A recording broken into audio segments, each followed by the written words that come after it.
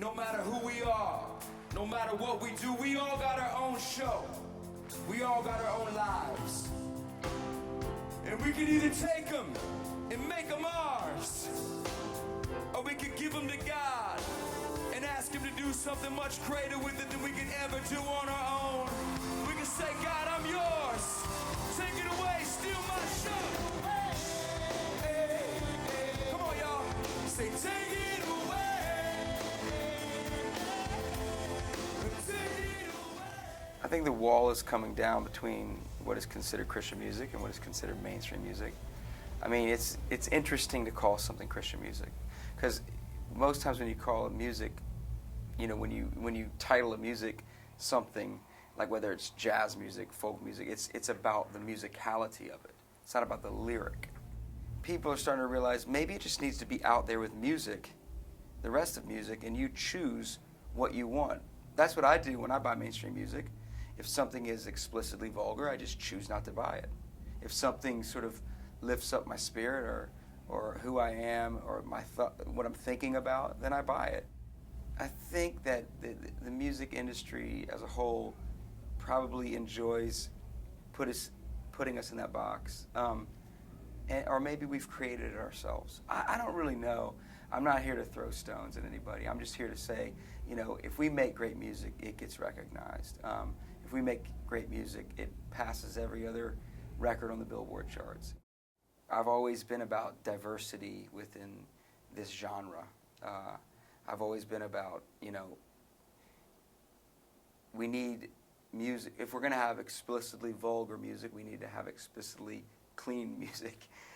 We have to have explicitly passionate music when it comes to faith and when it comes to morals and when it comes to character. I mean, so yeah, I've thought it has to be everywhere. It has to be, we have to have metal music like that. We have to have indie music like that. We have to have hip hop.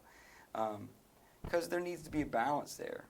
Take me higher, portable sounds, lift me up, so don't even try to get in my head. We got portable sounds to lift us up.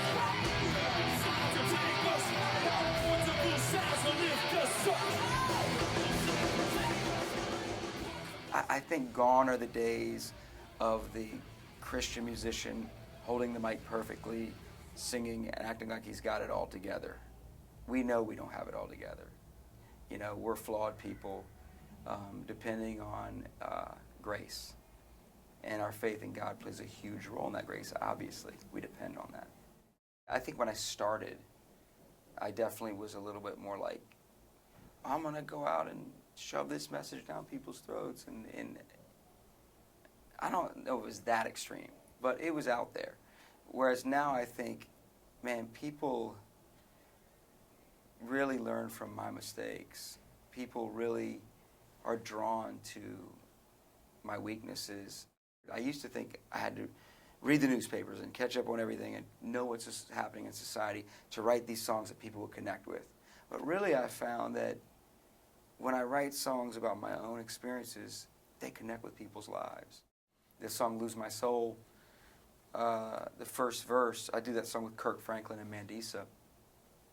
I sat down with pen and paper. I just tried to write the dopest verse in the world, the hottest verse I could possibly write. And I wrote. I kept throwing it away. Finally, I just said, I'm going to write what I pray every morning. So I said, Father God, I'm clay in your hands. I want to be that way. You know, and I want to be a daddy who's in the mix. I want to be a husband who stays legit. Just started writing right from my heart all the things that I cry out to God about every morning. And man, that song just connects with people, just when you write from your own experience. So I think if I've learned anything, it's that. And every little thing I make up my mind to be, like I'm gonna be a daddy who's in the mix, and I'm gonna be a husband who stays legit, and I pray that I'm an artist who rises above the road that is wide and filled with self-love. Everything that I see draws me, though it's only in you that I can truly see that it's a piece full of eyes and low purpose, and I'm a little kid in a free-ring circus.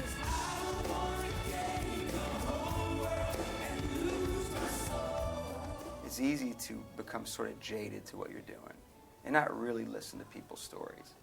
Or as an artist, not really pour yourself into every show, but just go through the motions and look at things with a jaded heart. Like, okay, here we go again, another record, another song, another show.